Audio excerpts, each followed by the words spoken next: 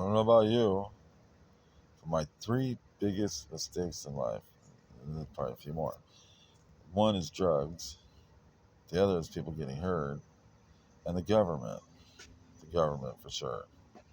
Um, let's see, and watching their TV programs and going to their schools. They kicked me out in eighth grade. It's bad influence at Jewish schools.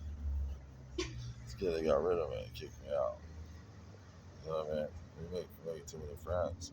I was that dumb kid. I got kicked out of so many schools when I was junior for being a punker. I was a punk rocker. I got kicked out of school for having a nose ring. I got expelled. You know, I got kicked every school I went to when I was like seventh to eighth grade.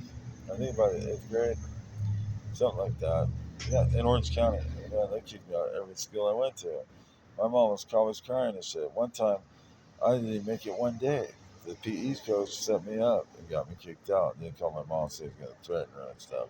And she thought I was actually over there trying to start trouble, and she didn't believe me. They kicked me out, did me dirty, man. And then my mom's all crying, worried about she's going to get sued. And the next thing you know, you're on the streets doing drugs.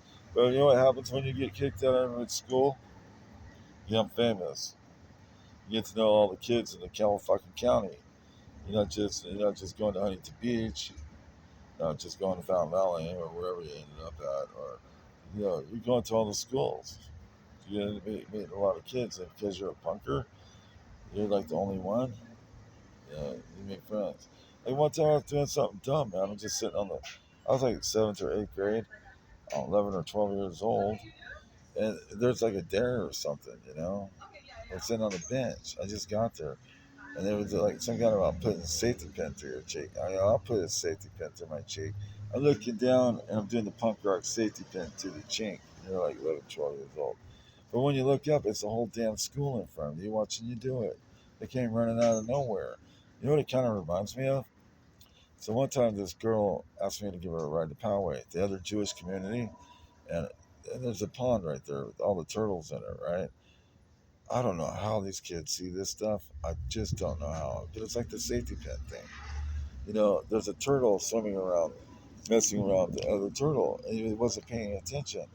So I snatched and grabbed the turtle real quick, right? And the turtle's all like in shock. And I put him on the ground, and he starts to book into the water. But I'd seen all the kids in the park that were like way on the other side of the park, man. Way on the other side of the park. I don't know how they seen this or knew it so quick, but they all came running to the park. But as soon as I put the turtle down, they all stopped. I'll stop and look at you. And they go back to the swings and